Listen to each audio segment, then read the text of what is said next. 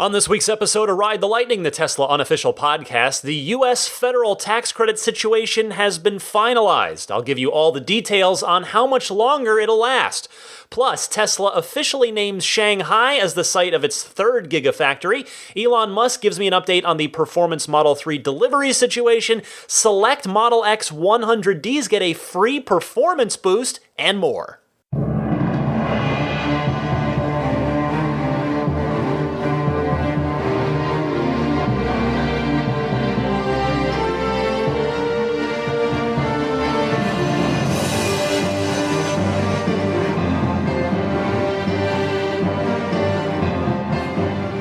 What's happening, friends? Ryan McCaffrey with you for episode 154 of Ride the Lightning, the Tesla unofficial podcast for July 15th, 2018. Daisy the Boxer Puppy snoozing on the couch. We had a great time at the park after work today.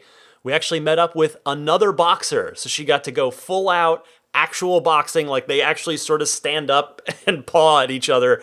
It's super cool to watch. It was a different play than happens with other dogs. It's neat for us boxer owners. Anyway, this is a huge show. You already know how long it is, but I anticipate this is going to be a really long one because this was an intense, packed week of Tesla news. So I don't want to waste any more time and get right into it. Other than this just have a little fun before we get started. A lot of great replies to my little segment last week about custom license plates, personalized license plates. I just want to read you a few of the good ones that people sent me that they have in various states. There's a few different variants on the same thing here. Buy OPEC, I like. No OPEC. OPEC no. Oilless, I thought was good. Buy gas, BYE, as in bye-bye, waving goodbye. Whatev, but Wattev, WATTEV, as in whatever, and Watt EV, I thought that was really good. Y buy gas, the letter Y, that's cool. Noisy AF, which is the owner of that noted the irony of it to me and shared an interesting story about it too. So I thought that was funny that first of all, they even got it by their state regulator, because of course AF, if you're not familiar with online shorthand, stands for as F. So the story that they told to get it past the DMV was pretty good. Zero CO2 for you, I thought was good. And then another person had BFR with a SpaceX license plate frame, which I thought was pretty cool. That was a nice touch there. So good stuff. I love personalized license plates. They're just fun. They add a nice little bit of personality to a car. All right, so let's get right to it. Tons of Tesla news. Let's start with what I teased at the top and what, of course, this episode is titled around. That is the United States Federal Electric Vehicle Tax Credit. So this will not surprise any of you because we've seen the breadcrumb trail of clues on this, but it is now official. Tesla has delivered their 200,000th vehicle in the United States. That's all time, so that goes all the way back to the original Roadster. And it happened in early July, as we expected it would, and as Tesla seemed to be positioning it to do. So you can go to the incentives section of the support page on Tesla.com if you'd like to see the chart that shows the new tax incentive schedule. I'm also going to read it to you and just go over it real quick with you right now, because I have to say, I suspect most of you out there, you've been listening to this podcast, you're keeping up on all things Tesla, you have a pretty good understanding of what the timeline looks like on the tax credit. But I have to say, I've seen a lot of people out there on Twitter who, very well-meaning people, but there just seems to be a lot of confusion on what, on the phase out and how it's going to be valued at what time. So here we go. So the full tax credit will be available through the end of December of this year. After that, when we flip to calendar 2019, there will be a $3,750 half credit that will be available from January 1st to June 30th, 2019, 2 quarters. Then after that, the second half of calendar 2019, it halves again, so there is a quarter credit, $1,875. That will be available from July 1st, 2019 through the end of calendar 2019, December 31st. After that, The credit will be completely exhausted. It will be gone. That'll be the end of it. You'll have to the price you pay for a Tesla will be the sticker price unless you have a state incentive, which California currently does, $2,500. I think Colorado has a very generous one. We're going to talk more about local, provincial tax credits in a second. But now, the only way that this could change now that this threshold has been crossed, Tesla is the first automotive manufacturer to trigger the phase out to get to 200,000 electric vehicles. So the only way that this could change now is if the currently proposed bill that I told you about on last week's show passes and becomes law, or if another bill like it came through and got passed. So at least now we can stop assuming that it's going to be July. Now the guesswork is gone. We know for sure. And that will allow people, you guys out there, myself, to financially plan for whatever your timeline looks like, your delivery date and the car you're looking to get. Now you know what it is. So, on a related and unfortunately much more immediately devastating note, there is some very bad tax incentive news coming out of Canada this week. And I know I have a lot of Canadian listeners out there. And even if you're not in Canada, this is a very relevant Tesla story and something that you can empathize with, if I can speak correctly today, empathize with and sympathize with. Here's Andrew in Ottawa to tell us about the situation in Ontario. Andrew, go ahead. Hey Ryan, it's Andrew from Ottawa calling. I'm calling first from my Model 3 with now 5,500 kilometers on it since June 5th. Absolutely loving it still. It has made my commute to work so much more bearable. I was just at a Tesla cruise night yesterday with probably about 15 other Teslas organized by our leader of the Tesla Ottawa group, which was pretty fantastic to be able to just share EVs to the public and get genuinely curious people into them, touching them. Unfortunately, not driving them at this event, but it was great for exposure. Unfortunately, I'm calling with some bad news today, and that's that yesterday the Ontario government has officially canceled the electric vehicle incentive program, which was the very generous $14,000 rebate, along with different things like pulling out of cap and trade, which affects you guys in California as well, unfortunately. Anyway, there's some interesting wording in the statement. You can search it if you just search EVIP Ontario in Google. It should be the first link. It talks about dealerships, if they've ordered before July 11th and deliveries before September 5th, that they won't be affected. But it doesn't mention anything about customers. So Tesla orders, I don't know what is in the air right now for that. Anyway, hope someone has some more insight, and hopefully we get some more information soon. Thanks for the great podcast. Take care. Bye. Thank you very much, Andrew, though I feel bad making you the bearer of the bad news on this, but this statement that I'm about to read to you comes from the official announcement on this. On July 3rd, 2018, Ontario canceled the cap-and-trade program as part of its commitment to bring gas prices down by 10 cents a liter and help reduce costs for Ontario families and businesses by $1.9 billion per year. Given the electric and hydrogen vehicle incentive program and the electric vehicle charging incentive programs are funded through cap-and-trade proceeds, these programs are canceled. Applications will be accepted from dealerships, car owners, or prospective car owners only if one of the following conditions has been met. Number 1, eligible vehicles that have been delivered to consumers, registered and plated on or before July 11th will receive the incentive. Number 2, inventory the dealers have on lots or orders made by dealerships with manufacturers on or before July 11th will also be honored for the incentive provided that the vehicle is delivered to consumers, registered and plated by September 10th. Number 3, in addition, the electric vehicle charging incentive program is canceled effective July 11th. Charging stations purchased and or installed before this date will be eligible to receive incentives if the application is submitted within 60 days of July 11th. That is the conclusion of that statement there. So obviously Ontario residents are are really hit hard by this if you've got an all-wheel drive on order, if you've got any Tesla, if you've got on order. Boy, I'm really having trouble today.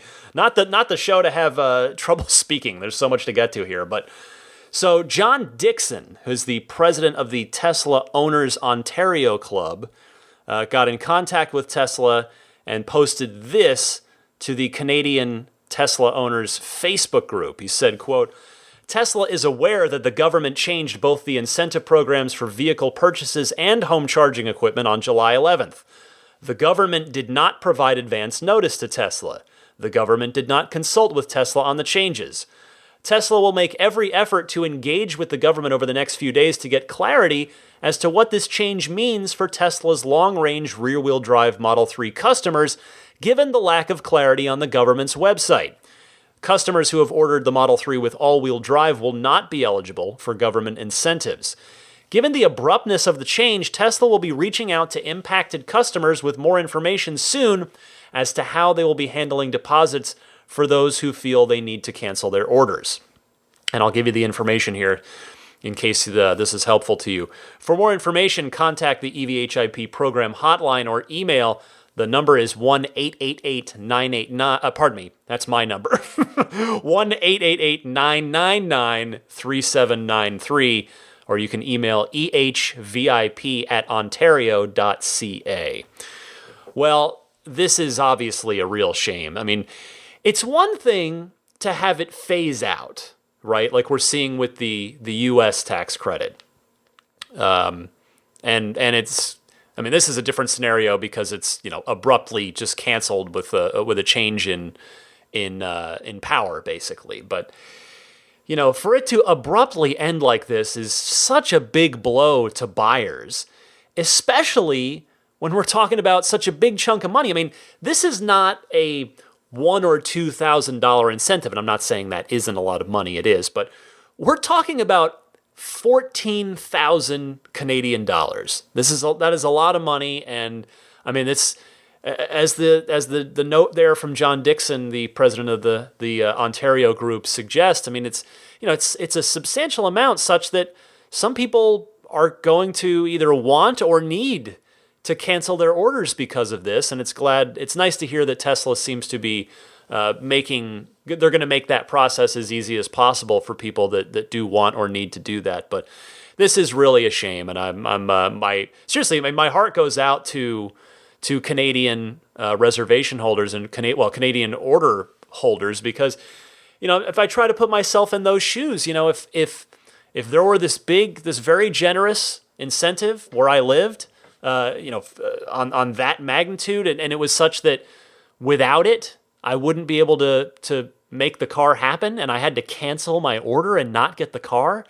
I'm imagining that right now, and I'd be devastated. If you're listening to this podcast, you've been waiting, you've been excited about this car probably for a long time, and it's just your heart's ripped out for, this wonderful car that now, you can't have because of this, the cancellation of this program. So that's just a real shame, and I'm really sorry to Canadian folks that are affected by this. All right, there's no real segueing from that, but fortunately the news gets better as we move on with the show this week. P3D and all-wheel drive Model 3s appear to be getting a bit closer. A user that goes by the name of AutoSpy on the Tesla Motors Club forum noted in a thread that the California Air Resources Board posted their certification for specifically the all-wheel drive and performance Model 3s, because I guess those have to get tested separately because the drivetrain is different. Now, the listed UDDS, which by the way is the Urban Dynamometer Driving Schedule, so it's basically an urban version of an EPA test, lists the range of 455.32 miles for the all-wheel drive and performance models versus 495.1 miles for the rear-wheel drive Model 3. So certainly because the test is conducted at like 19 miles an hour or something. And so at that low speed, the all-wheel drive isn't doing anything for you. It's just an extra couple hundred pounds, 150, 200 pounds worth of motor in the front. So that's where that rear-wheel drive gets the efficiency improvement in that particular low-speed test. So as another TMC user, MP3 Mike notes, this is an 8% hit on the urban range compared to the rear-wheel drive car. But again, remember that this is only urban, so that 8% hit may very well be counteracted, perhaps even totally swinging the other way, by the highway test when that comes around, where the torque sleep can help maximize efficiency on the motors. But then again, as I mentioned, you're also carrying more weight around, so on a dual motor car. So it'll be curious to see what those tests reveal for the range, and obviously once the cars start getting delivered, what the real world, today is not my day. Real world, my goodness. If this is your first episode, I'm very sorry. It's not normally like this. I normally have a better grasp of the English language, but anyway, regardless, it's a good sign for the efficiency of the dual motor car. I mean, that it is still putting up pretty significant numbers on this urban driving test. Now, I asked Elon this week on Twitter for an update on the P3Ds, because obviously I have a vested interest in that. And he was kind enough to respond to me, and he said, quote, "Should be very soon. We've already made around 100 Model 3 performance cars for test drives in stores." And in fact, an aerial photo from the Fremont factory turned up online this week showing, at least in the photo, about 40 red P3Ds with white interior and 20-inch wheels parked outside in a big cluster, which I suspect these cars are probably part of that 100-car test drive fleet that Elon mentioned. In fact, on Friday, just before I got set to record, a Twitter user sent me a picture, or tagged me in a picture of red P3Ds with white interior on a truck, on a car carrier. So those were likely heading out to stores for test drives, whether they're going to Bay Area stores or whether these were trucking out even farther. So now, obviously, of course, I'm very confident in saying that these were P3Ds specifically because white interior, which you could clearly see in the photos, even the aerial photos, at this point in time, we know that any Model 3 with a white interior is a performance car. And as if to further cement it, later on in the day on Friday, so very just busy all week, like I said, the official Tesla account tweeted, quote, "Model 3 performance with all-wheel drive," so that just don't get confused. They're not saying the regular all-wheel drive. Model 3 performance will start shipping to customers in late July. So that is the first semblance of a real timeline that I have seen for the P3Ds. You know, we had, I think it was just last week, Elon had told me on Twitter, he said July, but wasn't any more specific than that. Now we've got the official Tesla account saying late July, which honestly, like, that makes me feel good. There's a chance I'm going to be in that group because my order was placed, on that first day of performance orders. So, and I don't have to go far to get the car, just 45 minutes away down to Fremont to go get it. So I'm fingers crossed, toes crossed that I might be in that group. I don't have a VIN yet for those. I've had a number of people have been asking me, but I did get a purchase agreement, and so did a number of other early P3D order holders got that as well. The purchase agreement showed up on the account, so that's something. That's some forward progress at least. But so now I am circling the calendar, hoping that I probably won't have the car in time for next week's show. Which, by the way, next weekend is Daisy's first birthday, so that's going to be fun. We'll do something fun, whether it's go to the beach or find a doggy cupcake or something. We'll do something fun, but it's possible. It is possible that in 2 shows from now, maybe 3, I might have it. We'll see. I'm now. I think I talked about this last week, but now that I've sold my car and I'm just sharing my wife's car, and we're a one-car house, and it's thankfully it's worked out rather well so far. But we've still already had a couple of points where it's like, okay, who gets the car? What do we do? Now I'm getting really antsy to get my car, so we'll see what happens. But speaking of Model 3 and that test drive fleet, 30,000 test drive signups on Tesla.com/Model 3, according to Electrek sources, so credit to them on this. And according to their same source, the entire sales team from each store will get a $300 shared team-wide, team-pooled commission for each performance Model 3 they sell. Now that's interesting because, of course, Tesla's whole model is to not sell cars on commission. This is something of a commission. It's more of a spiff, I guess. At least spiff is the term when I worked at Staples in college, and like if we sold a cell phone to somebody, we'd get a $5 spiff. I don't even remember what it stood for. And most of you, I'm sorry if it's just a nonsense term to most of you. I'm not sure if that's a common term or just a Staples thing from circa 2000, but in any case, it does kind of sound a bit like a commission type thing, does it not? So, that's it's a little concerning. I mean, I get why Tesla would do that, because Tesla is now, as Elon has made very, very clear, Tesla is in full-blown let's get profitable mode, which is good. They need to be profitable, so then the forces of darkness that would conspire against them will have much lower odds of doing any meaningful damage to them if they can be sustainably profitable. But I just hope that this little $300 carrot that they're dangling to sales folks and their teams for selling performance Model 3s, I hope it doesn't sour what is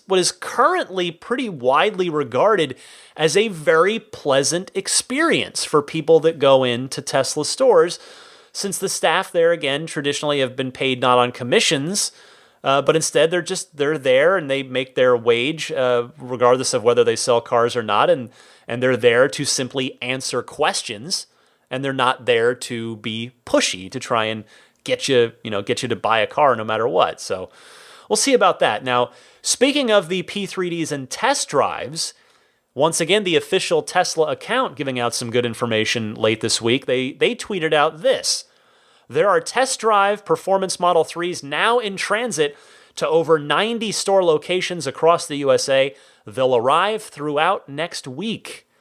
So I wonder how that's going to go. In the sense that, speaking for me personally, I signed up right away, as I told you about last week, and I did get the call and got invited to do a test drive, and I politely declined it and said, I'd rather someone that hasn't driven the car yet get that slot, because I'm just interested in driving the performance version, since that's what I'm purchasing. And they were fine. I said, okay, that's no problem, but I don't know if I'm gonna. I guess I'm probably crossed off the list at this point, but I guess I can't complain. Hopefully, I'll have my car soon enough. But so if you have signed up for a test drive and it happens to get scheduled, maybe in a week or two, you may very well get your hands on the performance Model 3. So I guess the one bit of I don't know if advice is the right word, but if you signed up for the test drive and you get contacted this week, you should definitively ask, do you have the performance Model 3? Is that the car that will be doing the test drive? And if they say no, then maybe say, hey, could you please keep me on your list? I'd like to defer that test drive for now. So, and that's, of course, if you're interested in driving the performance Model 3, which I'll tell you in a second why Elon recommends that, for reasons you can probably imagine, but he actually spoke to that on Twitter this week as well. But in any case, yeah, so it looks like the test drive fleet is exactly my configuration by the sound of it and by the anecdotal evidence we have so far. So the test drive cars will be white interior, multi-coat red exterior Model 3s with the 20-inch wheels. So it'll be the first chance any of us have to see the white interior up close and personal. All right. We're not done talking about the Performance Model 3 yet. That has been the car talked about a lot this week, and not just by me. So more on the performance car. Now, Tesla has been very vague to the frustration of a lot of folks out there that I've heard from a number of you. I've seen forum threads from plenty of other folks. But Tesla's been a bit vague about whether or not the upgraded sport brakes that Elon had told me about a while back, whether or not those are included with the base performance trim, or whether you have to add the $5,000 performance package in order to get those sport brakes. Well, a Tesla Motors Reddit user from r/Tesla Motors, who goes by the username of Lunaris, got word back from someone at Tesla. So this is from the horse's mouth. That rep said, quote, "I had the chance to confirm with my supervisor that the brake calipers are upgraded with the $5,000 performance upgrade package. He also confirmed that the 18-inch aero wheels cannot fit with the upgraded brake calipers. If you wish to purchase a set of wheels with winter tires, the 19-inch sport wheels will fit. I really appreciate your patience while I received confirmation," end quote. That I had a Tesla source reach out to me to sort of further corroborate that this week as well. So that does indeed appear to be the case. So if you have a P3D on order or you're considering one, that bit of vague information hopefully is now a bit clearer for you. So the next thing I wanted to mention about this is, where'd this go? I lost my place. Oh, Elon, further clarifying this in a tweet, by the way. So he said, performance version's suspension is 1 centimeter lower and has stronger brakes in the upgrade package. So the first half of that tweet is actually new news, and the second half is him sort of further confirming what my Tesla source and what Lunaris's Tesla representative told him.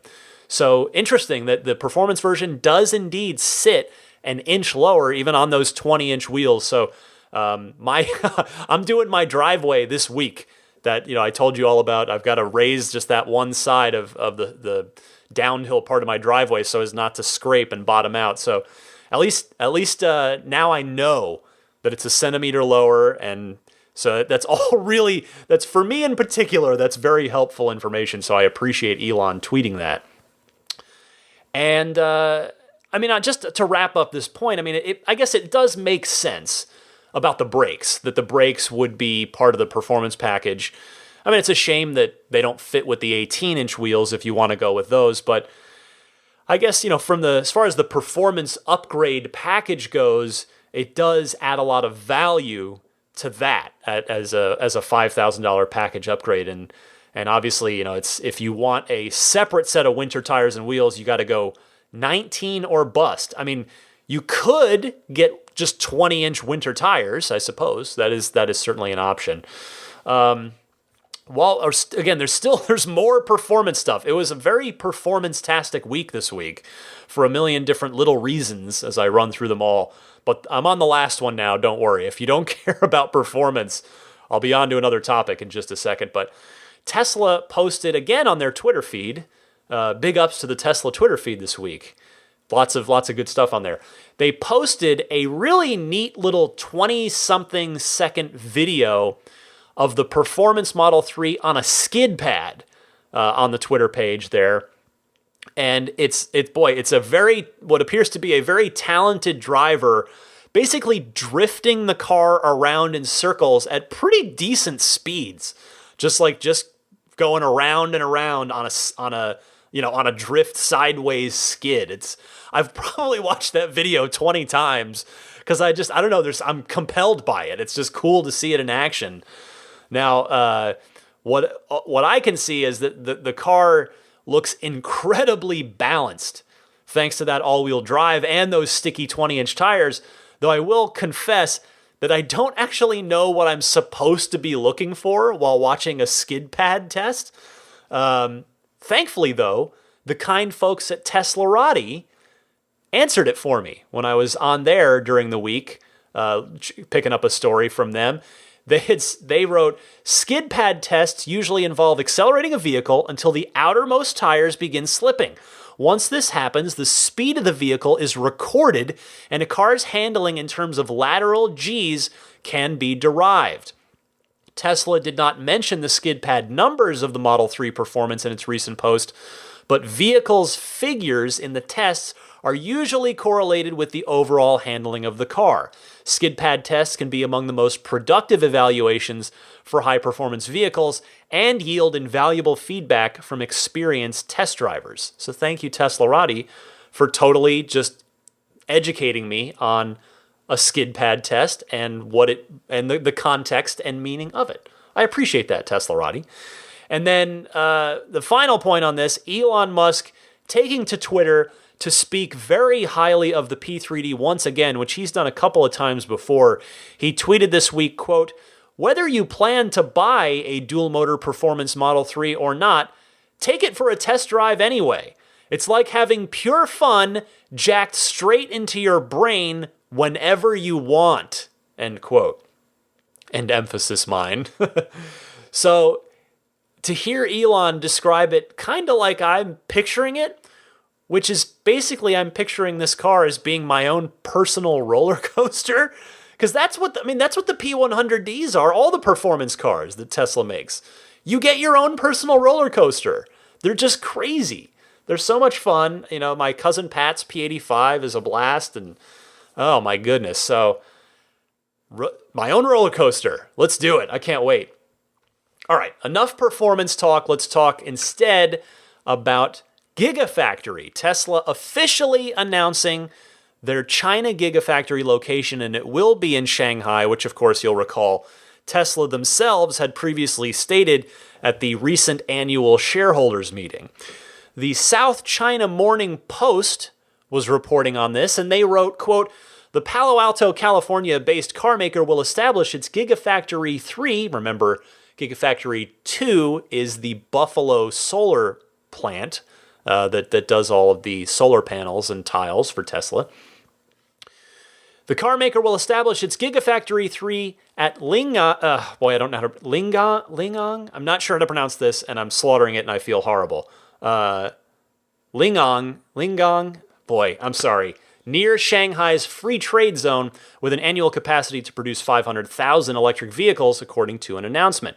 The wholly foreign-owned plant, the car plant in China, to operate without a local partner, will also be the largest overseas manufacturing investment in the Chinese city, possibly surpassing Walt Disney's $5.5 billion spending in Shanghai Disney Resort. Shanghai city officials did not disclose the amount of investment, and Tesla officials were not available for comment. Tesla's chief executive Elon Musk, on a 3-day visit to Shanghai and Beijing, met Shanghai's mayor Ying Yang, a governmental source familiar with the matter, said. Well, other than me unintentionally and feeling very bad about destroying the name of the town there, this is fantastic news, particularly in light of the geopolitical situation that is brewing right now, because this will allow Tesla to have a wholly owned factory in China, as we've talked about before, which will drive costs of their cars that are sold there in China down. So that's good news for Tesla. That's good news for Tesla shareholders. That's good news for Chinese citizens that are interested in purchasing Teslas. This is good news for everyone. And the one thing I was left wondering is I do wonder if that so-called trade war is going to motivate Tesla to try and really fast-track the project. I mean, if they're so focused on profitability right now, I'm not sure they can, even if they want to. So I'm curious to see how the Shanghai Gigafactory plays out as far as the timeline for it goes. Also, you noted it in there, you might have heard that they're planning on making a capacity of 500,000 just Teslas per year out of that factory, which means the output in that Shanghai Gigafactory will be roughly, not quite, but I mean, roughly the same possible output as Fremont itself does. I mean, Elon has said that he hopes to get a little bit more out of Fremont eventually. Like I think the number was around 700,000 total vehicles per year. But they are nevertheless in Shanghai going to effectively be able to mirror Fremont's production as Daisy the Boxer Puppy drinks up, if you happen to be hearing that on mic. Though, of course, they don't have to mirror it exactly. The Shanghai Gigafactory will be able to tailor that mix of vehicles to the tastes and preferences of the Chinese market. So if it turns out that the Chinese market wants, there's a higher demand for S's or a higher demand for X's, they'll be able to do that however they see fit. Next story this week. Adding to the list of future features that we can look forward to is a new interior pre-cooling setting. The car can already do it. The app, you can do it through the app, but a particular setting has been suggested via the Tesla Motors Reddit. It was brought to Elon's attention by a Twitter user going by the name of Tesla Model 3 fan, who I know follows me. I've exchanged tweets with that person, actually, and Tesla Model 3 fan asked Elon, said, quote, excellent idea / feature request for remote AC / overheat protection. Point vents to the hot seats to cool them down. So basically aiming them at the seats and then linked to the Reddit thread about it. Elon replied saying simply, okay. So I guess technically Elon didn't say they'd do it, technically, but that's what Elon is saying. So I hope they can add this soon while the summer still rages, especially we've had quite the heat wave for basically all of the country not named San Francisco over the last couple of weeks. So we'll see if that can get fast-tracked to make it usable this summer by all Tesla owners. Something that's not for all Tesla owners, but is going to make a handful of you, in the grand scheme of things, a handful, very happy. Early Model X 100Ds. So if you got your X, or if your X is one of the first 100Ds, one of the early ones when they first switched over from 90 kilowatt hour batteries to 100s, there is an uncorking for you. And this comes to me via Teslarati. It's who they got it via Drag Times. Brooks, who I've mentioned, he's big. He takes all the latest and greatest Teslas out onto the drag strip and races them and gets all that V-Box data and the quarter mile times and all that fun stuff. So Teslarati noting that after the uncorking was completed on Brooks's early 100D, Brooks opted to test the vehicle's performance in order to compare it to its previous figures. As noted by Brooks, his X100D was doing 0 to 60 in 4.6 seconds and running the quarter mile in 13.2 seconds before the update. And the X also had a maximum power output of 380 kilowatts. After the update, Brooks immediately noted that the vehicle's power output had jumped to 409 kilowatts, which is pretty darn good, even with the 100D's battery sitting down at 50%. So it wasn't even a state of charge thing. With the vehicle's battery fully charged, the Model X 100D featured a 0 to 60 time of 4.4 seconds. So that's 2/10 shaved off right there, and a quarter mile time of a flat 13 seconds, so picking up 2/10 there as well. So that is super cool. So again, if you happen to have an early build 100D Model X, I would highly suggest contacting your local service center to inquire about this upgrade, which should be free if it is indeed available to you. Brooks noted he had the Ranger service come out to his house to do it. You might be able to get the same, or at worst, you just schedule a service center visit and go do it, because apparently it's not just an over-the-air thing on this one, which the Model S 75D uncorkings, when those were going on, those required a service center visit as well. But the bottom line here, this is just yet another example of Teslas getting better the longer you own them. Love it. I mean, we're all going to benefit from this in some way, shape, or form over the time that we have our Teslas. It's going to be awesome. It already is awesome for those of you that are owners. And it's already awesome even if you're not, just to watch these cars get better and better. All right, wanted to mention a couple of other things this week. There is a really interesting story, actually two things, on Bloomberg Business Week from this week about Tesla and the Model 3. And two of the authors involved are Dana Hull and Tom Randall, who I think are two absolutely wonderful reporters that do overall just a great job of covering Tesla in a pretty fair way. So I thought their piece was excellent, and I recommend everybody check it out. I think it's pretty balanced. There are definitely some tough questions and some criticisms and some tough things to read in there as a Tesla super enthusiast. But there is also a lot of recognition in it as well of what Tesla has achieved. And you know, part of the reason I like this piece so much is because Dana and Tom and the other authors of this piece, they went in and they talked to a lot of people at Tesla in their reporting, and through that reporting, even I, someone who eats, sleeps, lives, and breathes Tesla on a daily basis, I learned a lot that I didn't know before. I want to give you a taste. I'm not going to give you the whole thing. It's also a very long piece, so I would not be the right venue to just read it aloud to you in its entirety here, but here's a taste of it. In early 2015, Musk convened a meeting of his top engineers in a windowless conference room at the factory. There were 12 people, including experts in batteries, design, chassis, interiors, body, drive systems, safety, and thermodynamics.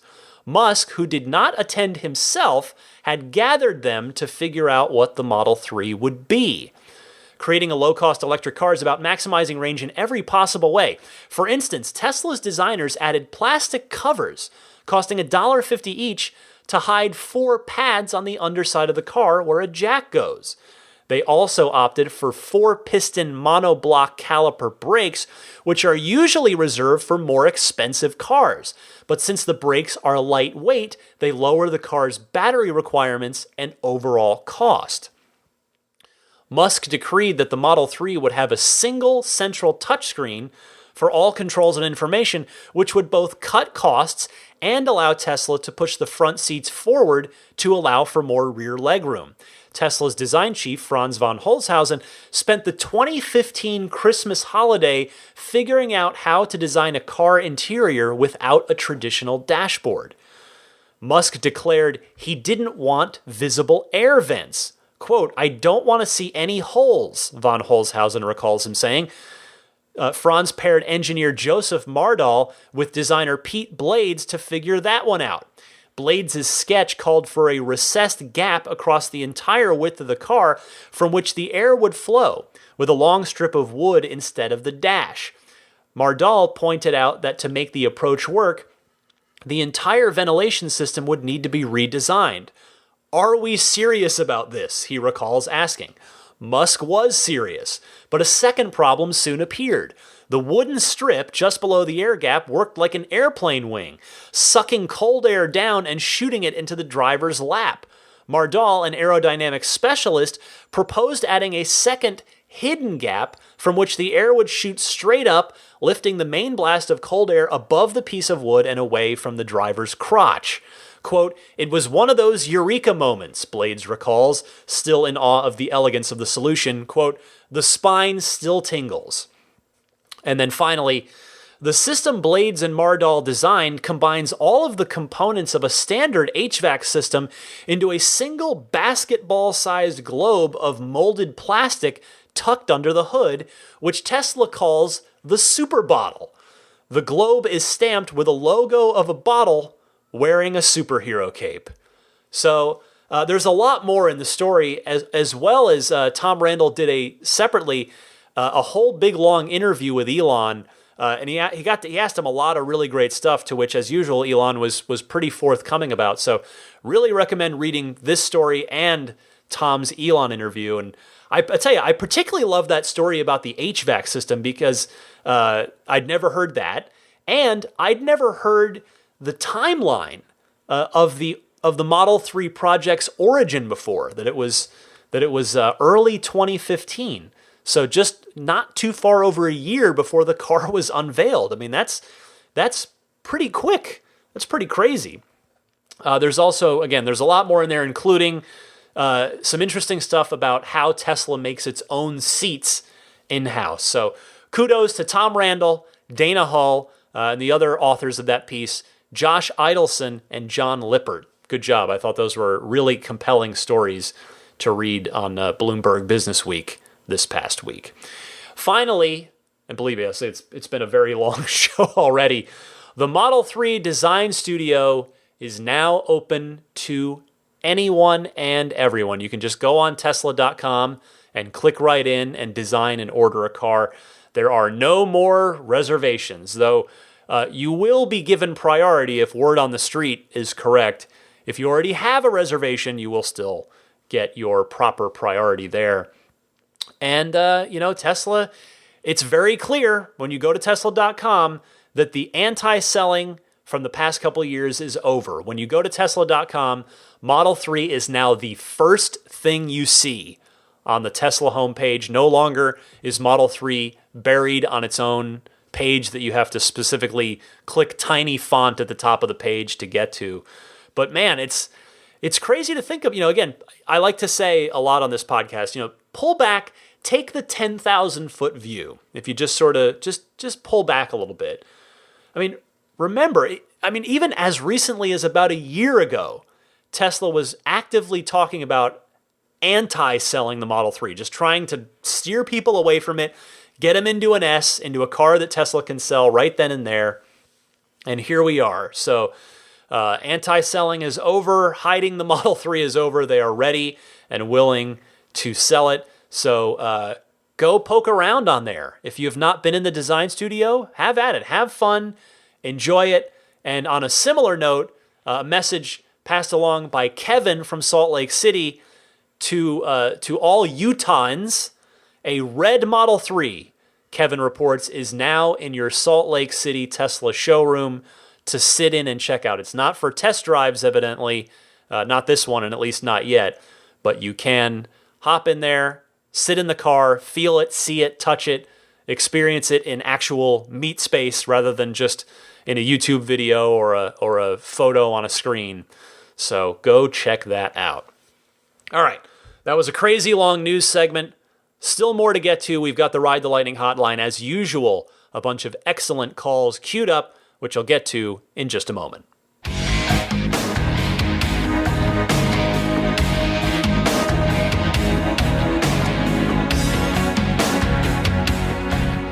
Time for the Ride the Lightning hotline. Your time to shine. Your questions, your comments, your discussion topics.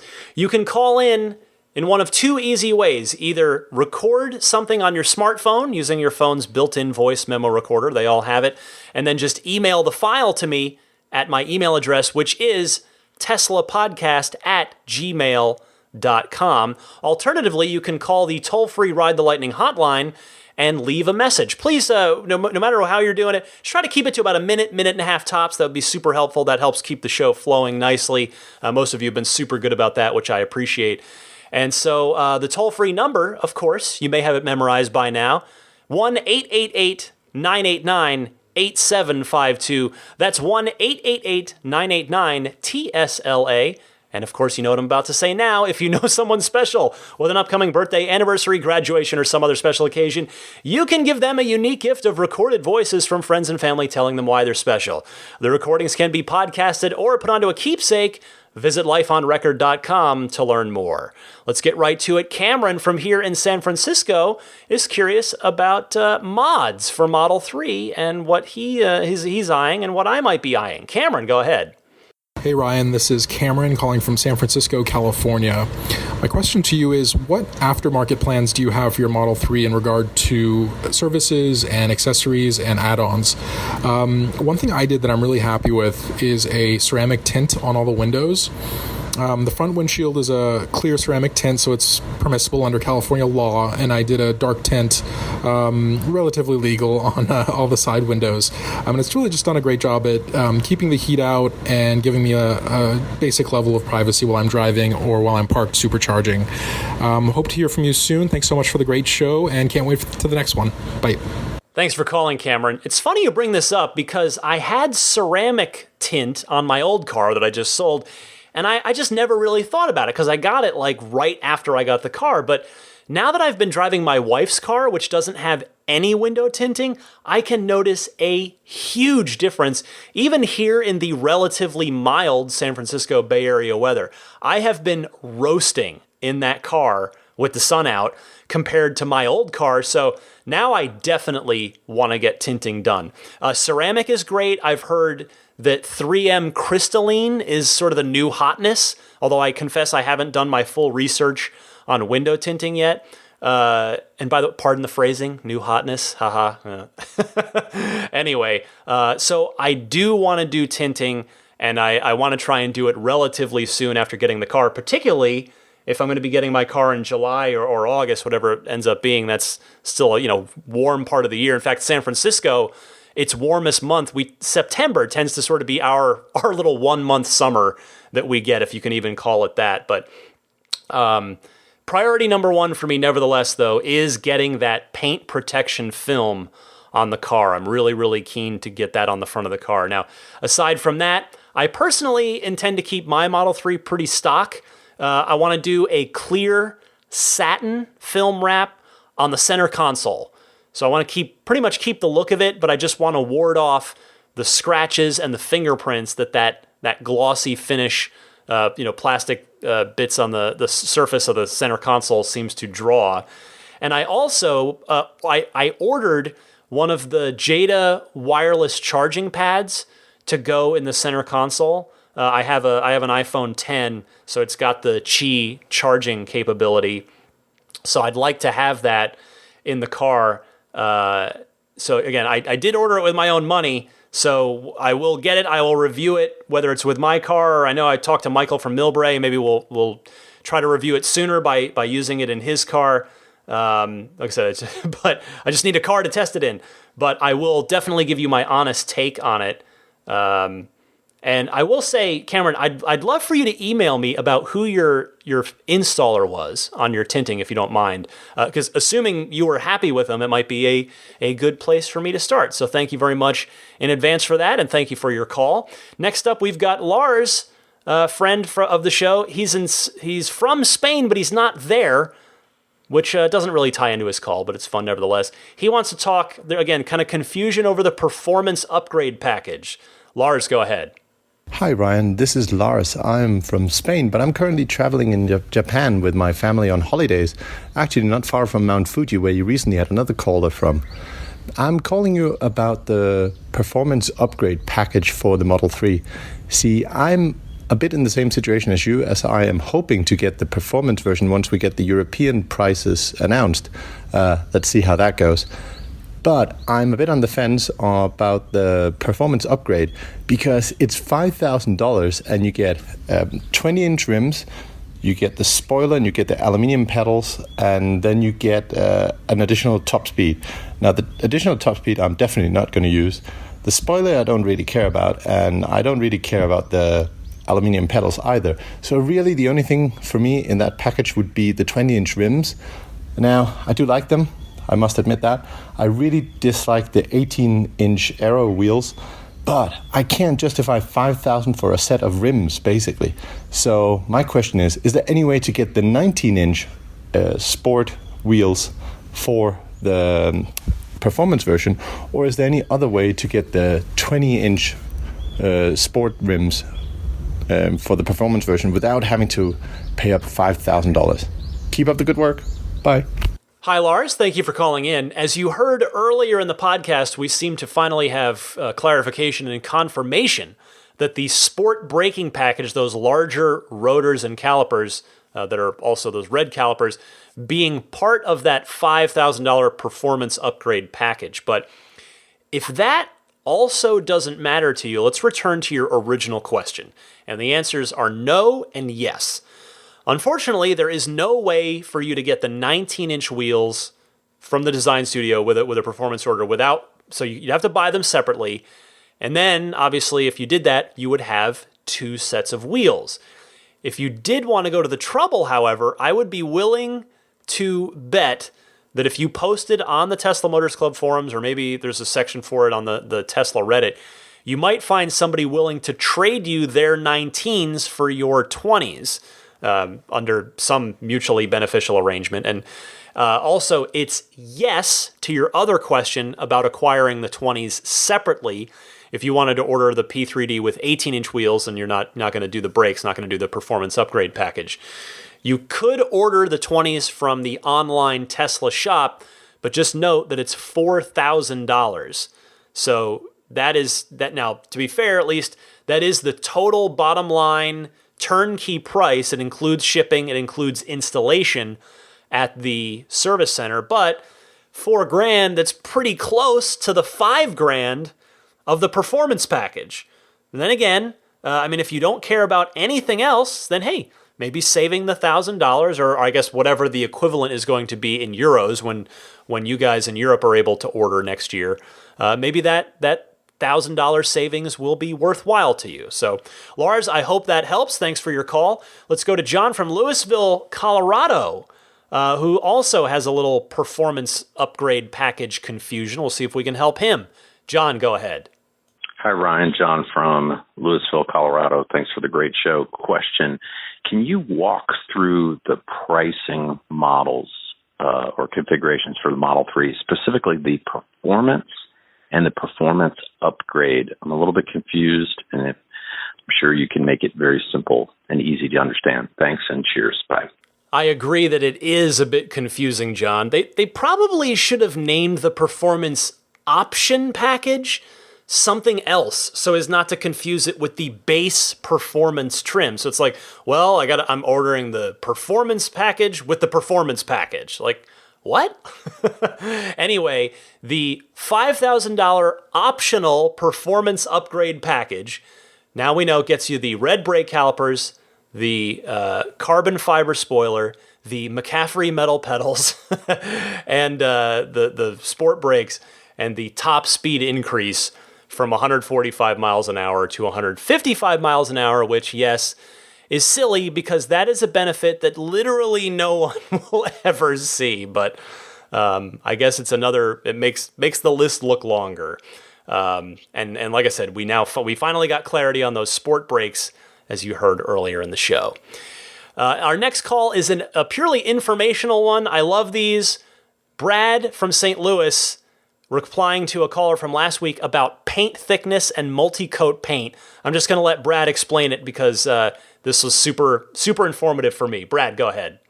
Hey Ryan, this is Brad Whiteside from St. Louis, and I wanted to talk a little bit in regards to the gentleman's call from last week from San Diego about the difference between paint thickness on the different kinds of paints. Specifically the multi-coat and obsidian black, if I remember correctly. Paint thickness is typically measured in mils, which is 1/1000th of an inch. An average paint job is typically between 4 and 5 mils thick. When it comes to multi-coat, I think you're looking closer to 6 and 7 mils. But more paint doesn't always equal more durability. In fact, most paint manufacturers will recommend a certain mil thickness for their paints. Obviously, none of this is ever exceeded by the car manufacturer, but I was wanting to give my 2 cents on that. You were absolutely correct in stating that multi-coat is much harder to repair and match correctly. Coming from an automotive refinish technician, I personally would not get a multi-coat. But to each their own. I would personally go with a paint that is easier to match because then it's an easier repair for myself, but typically a cheaper repair as well. I hope this helps your listeners on future decisions with paints and their Model 3 reservations. As always, Ryan, look forward to hearing your thoughts and keep up the good work. Brad, this is one of those calls where I just have nothing to add. You are clearly very knowledgeable on this topic, so all I'm going to do is tip my cap and say thank you, seriously, for educating me and all of your fellow Ride the Lightning listeners on this. I really appreciate that explanation. And again, this is one reason why I love this part of the show so much, is because I get to learn stuff and hear from other people. Thank you, Brad. Next up, our friend Joe from eMotion Rentals wanted to call in about the new bill that I talked about last week, HR 6274, that proposes a continuation of, in a slightly different way, of the federal tax credit on electric vehicles. Joe, you're on the air. Hi, Ryan. Joe from eMotion Rentals calling about HR 6274, the bill that would extend the federal tax credit for 10 years that you mentioned in episode 153. Right now, the bill has a total of 3 sponsors, all Democrats. The main sponsor is Representative Peter Welch from Vermont. It has 2 co-sponsors, Representatives Jared Huffman from Northern California and Jackie Rosen from Nevada near Reno. Notably absent from sponsorship is Representative Ro Khanna from Fremont, a Democrat, Representative Mark Amidei, a Republican from the Sparks area covering the Gigafactory, and Representative Brian Higgins, a Democrat, representing Gigafactory 2 near Buffalo. The lack of representatives from Tesla areas says to me at least that this bill might not have much active support from Tesla. It would help the bill to have Elon making the rounds on Capitol Hill supporting the legislation. But I'm not sure Elon's heart is into extending the tax credit. Remember, Elon said in the 2017 Q1 conference call, and I'm quoting, "Over the years, there's been all sorts of irritating articles like Tesla survives because of government subsidies and tax credits. It drives me crazy. Here's what those fools don't realize is Tesla is not alone in the car industry. But all those things would be material if we were the only car company in existence. We are not. There are many car companies. What matters is whether we have a relative advantage in the market, and in fact, the incentives give us a relative disadvantage." So Tesla might not be actively lobbying to support HR 6274. If the bill has any legs, Mr. Welch's staff will need to drum up many co-sponsors from both sides of the aisle, Republicans and Democrats. They need co-sponsors from areas that represent legacy car companies, like Representatives Brenda Lawrence from Detroit, representing GM, and Debbie Dingell from Dearborn, representing Ford. And those representatives are all Democrats, so they're going to need Republicans too. Without bipartisan sponsorship, the bill will never make it out of committee and will certainly not reach the House floor. And there needs to be, don't forget, an identical bill in the Senate with similar cross-aisle sponsorship. So my apologies for the lengthy call. Thanks for having me on the show, Ryan, and keep up the good work. You make a lot of great points here, Joe, and I'm glad you called in about this because I was thinking about this very same topic this week. I actually think you might be right. Elon has repeatedly mentioned how the tax credit is actually a disadvantage for Tesla in his eyes, so he may be content to let it expire. Now, however, it is going to put Tesla at a distinct disadvantage for a time if their competitors actually get serious about electric vehicles. For instance, if Porsche is smart, they will price the Taycan, aka the Mission E, so that it's less than the Model S when you factor in the tax credit.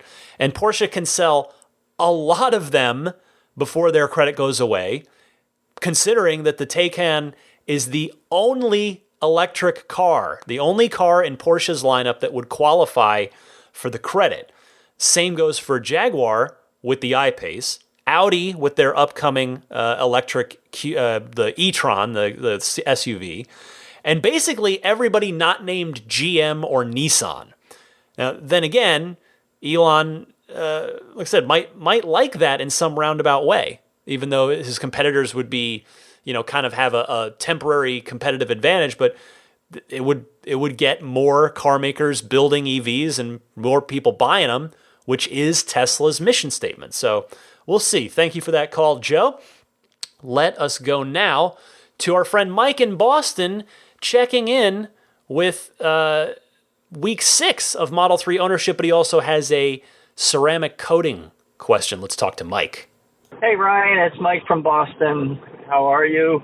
And I hope that your boxer puppy is doing well also. I'm calling, I have had my Model 3 for 6 weeks now. I am in love with this car still. It is just an incredible vehicle. As I said before, the autopilot has made my commute so much better. It is just a dream. The other thing I want to say, I have almost 6,000 miles on the car already. I've taken several long road trips, one from Boston to way west in Pennsylvania, almost Ohio, and another one in Pennsylvania for family gatherings, and the car is just a dream. The supercharger network is fantastic. It's inexpensive. The brakes are right when you need a brake, 3 to 3.5 hours into driving. I cannot say enough about the car. The sound system is fantastic. I'm just about to have the ceramic coating done. I have been listening with interest about both the ceramic coating and the bra or the coating, and I'm going to choose to do the ceramic first and then the other coating on the front later. Anyway, love the podcast. Thank you so much for everything you do. Can't wait for you to get your car and experience what an amazing vehicle this is. Thanks again. Love the podcast. Thanks for the check-in, Mike. And wow, I have to say, I have to tip my hat to you, sir. Almost 6,000 miles in just 6 weeks. That is super impressive. You better start budgeting for new tires at that rate, my friend. But more seriously, one thing to point out, based on what you said, if you're interested in doing paint protection film on the front of the car, I would recommend doing that before the ceramic coating, because that ceramic coating isn't going to do you too much good sitting under the film. And I would personally recommend, but I'm not an expert, obviously. That's why I had to interview one last month. But if you are doing one at a time as your budget allows, I would do the film first, because the sooner you can get that protective film on the front of the car, the less chance that a rock or something will actually chip paint off of the front or hood of your car. Because ceramic coating is not going to save you from a rock chip, remember. Ceramic coating is basically like a super deluxe waxing job for your car. So I hope that helps. All the best to you, Mike. Happy driving, happy electric motoring. Kevin from Philadelphia wants to talk about when to order, as now we have a little more clarity on that with the tax credit. So Kevin, take it away. Hey Ryan, this is Kevin from Philadelphia, and I just had a quick question for you. I really enjoy your Tesla insights on the podcast and on Twitter. So I have kind of a unique situation where my first car is going to be a Tesla Model 3. I've had the convenience of being able to commute to work, so I take the train. Don't really have a use to drive to work, so it's more of a luxury to have the car to drive around when I want. I was looking at getting the short range model, but looking at the tax credit that's still around, I'm now debating the long range. So I was wondering what you think would be the latest possible time you would put an order in for the Model 3 so that you'd still receive it within that time frame to get the $7,500 tax credit. Thank you very much. I am happy to try and help you here, Kevin. Although you didn't make it clear in your call if you already have a reservation or not, but that's okay. I'm going to spell out both scenarios for you. If you do already have a reservation, please check in your My Tesla and see what your delivery estimate says for standard battery. But in short, unless you put your reservation in pretty much right on the first day, like March 31st, 2016, that probably means if you didn't do that, your standard battery estimate's probably 2019, which means you would be looking at the half tax credit. If you have not yet put a reservation down, I recommend doing so now and ordering a first production car now, if you can swing it, because the new first production orders are showing delivery in about 3 to 5 months in the design studio. So I suggest acting as quickly as you possibly can if you're in a position to do so. But If that's not possible for you, then the standard battery shows availability in 6 to 9 months, which should still put you squarely in the half tax credit window. So you'd be paying $9,000 less with the smaller battery and still be getting $3,750 back on the tax credit there. So I hope that helps clarify it for you.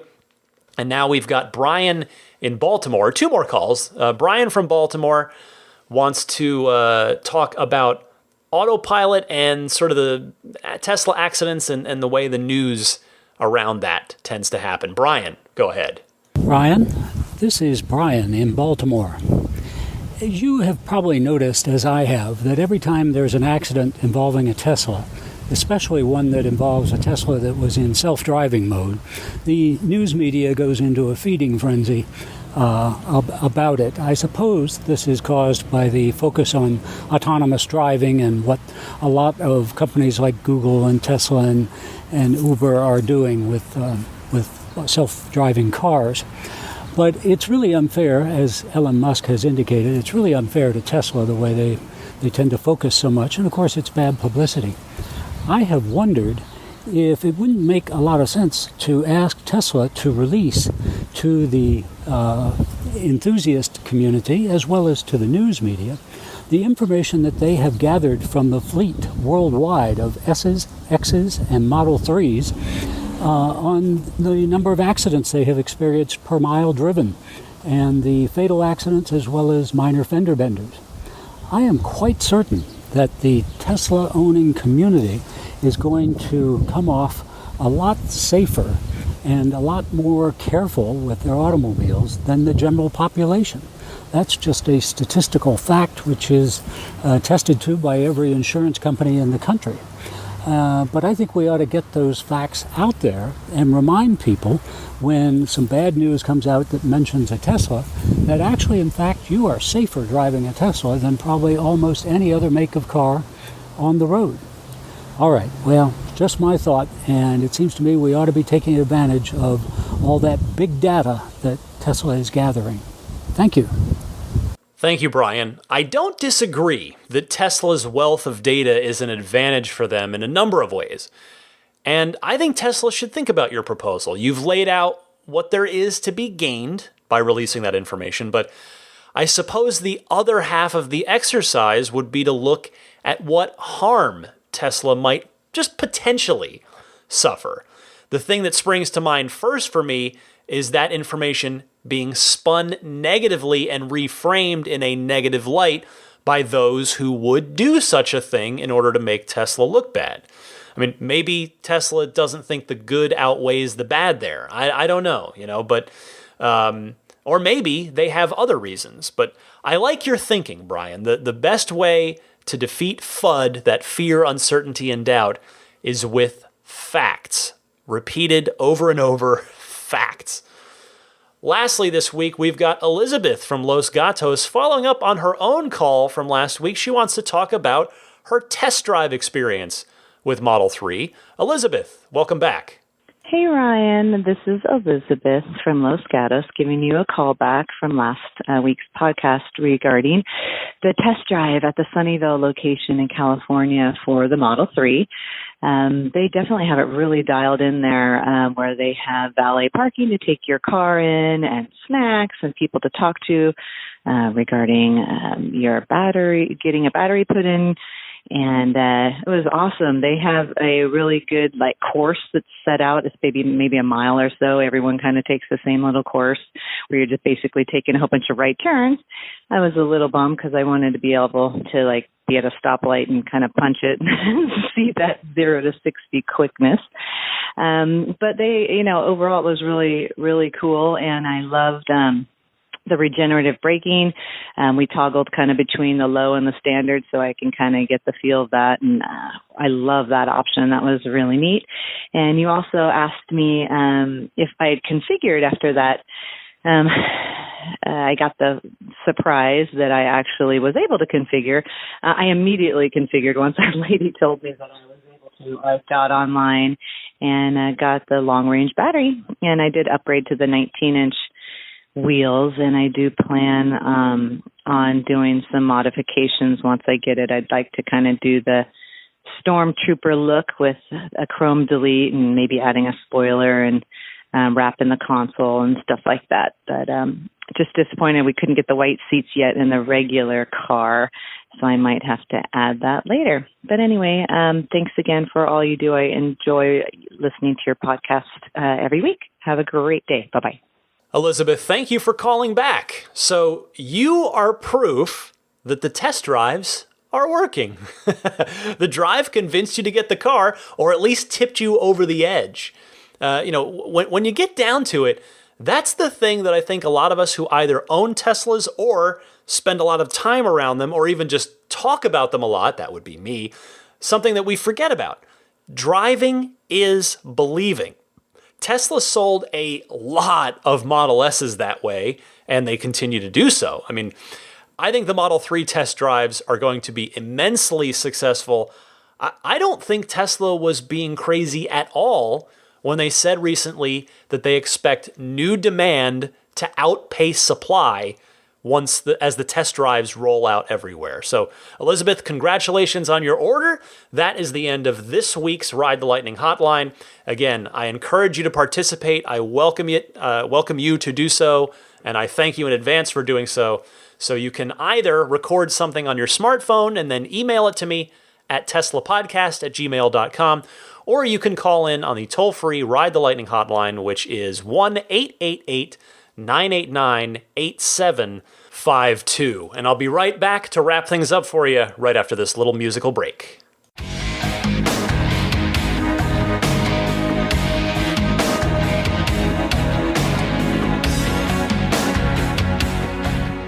Okay, a reminder that if you want to do some paint care for your Tesla, whether it's paint correction out of the factory, just a nice clay bar wash wax, clean it up nice, whether it's paint protection film, the Seaquartz Finest Reserve ceramic coating, any of that, all of it, whatever you want to do, get in touch with Immaculate Reflections and talk to them about what might be best for you and for your car and what you're most interested in doing with your budget.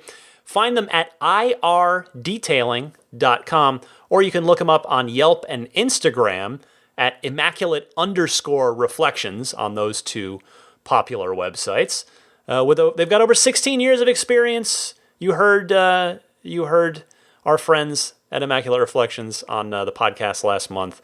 So Pete knows what's up. He knows all about detailing. Check him out if you're interested in that, if you're either in or around the Bay Area or taking delivery in the Bay Area. Then, of course, we have abstractocean.com, an excellent source for Tesla accessories for you, for the car. There's the tempered glass screen protectors, the puddle lights. I'm trying to decide which puddle lights I want to go with on my Model 3. I don't think I'm going to do the back doors. I think I'm just going to do the front two doors. I think I'm going to go with the old original 3 horizontal lines Model 3 logo. I think that's where I'm going to go with mine, but I reserve the right to change my mind. But they've got both Model 3 logos, old and new, S logo, X logo, and the Tesla T logo, if you're interested in that, plus a bunch of different other lighting solutions as well. Abstractocean.com.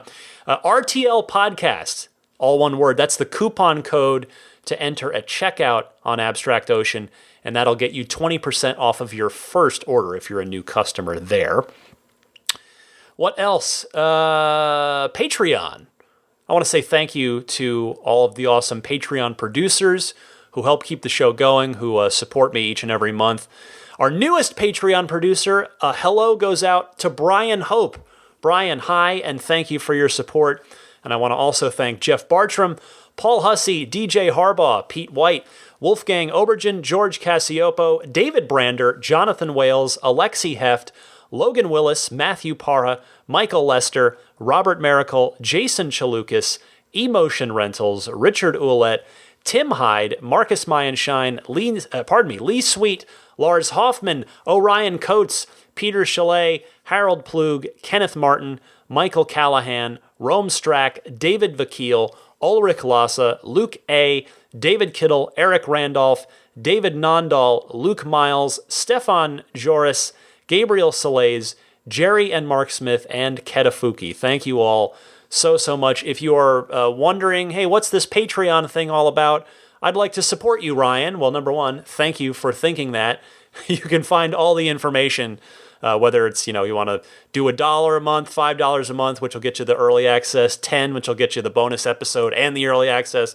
Whatever you want to do, all the information is on my Patreon page. Find it at patreon.com/Tesla podcast. The Patreon is spelled Patreon. I want to say hi to Grant from Minnesota. He was out in San Francisco on business and kindly invited me to dinner. That was very, very nice of him to do. We spent about 2.5 hours just talking Tesla. I had a great time with him. He is a Model 3 owner and has been having just a ball of a time driving it all over the place. So, Grant, thanks for the dinner and for taking the time out of your stay here in San Francisco. Most of you probably subscribe to this podcast already. If not, again, it's a free thing to do that just will make sure the podcast downloads to you rather than you having to go seek it out every week. You can subscribe on iTunes, Google Play, Stitcher, Spotify. There's always the podcast hosting site, which is teslapodcast.libsyn, LIBSYN.com. There's the RSS feed there as well. And then I am leaving out TuneIn. It's on TuneIn's website, but I've heard from a few people, and I got to check someone's Model 3 this past week, and for some reason, my podcast is no longer accessible in the Teslas, which obviously really bums me out. So just tonight, before I started recording, I sent an email to TuneIn technical support. Hopefully they can help me. I don't know if they're going to try to kick me over to Tesla. I'm not sure who's driving the bus on this one, but apologies that the show, for whatever reason, used to be available in the car and now is currently not, apparently. So very sorry about that. I'm doing my best to get that resolved as soon as possible. But nevertheless, again, thank you all for listening, for supporting me in whatever way, shape, or form you do that. Your tweets, your calls, your emails, your Patreon support, just you listening, any of it, all of it, really makes me feel good. Again, I have such a great time doing this every week. I have to say, I was just like stammering my brains out this week. Not my best week, it just happens, right? I guess it's like an athlete like a professional athlete. See, there I go again. It's just another stumble. I'm digging my own grave further here.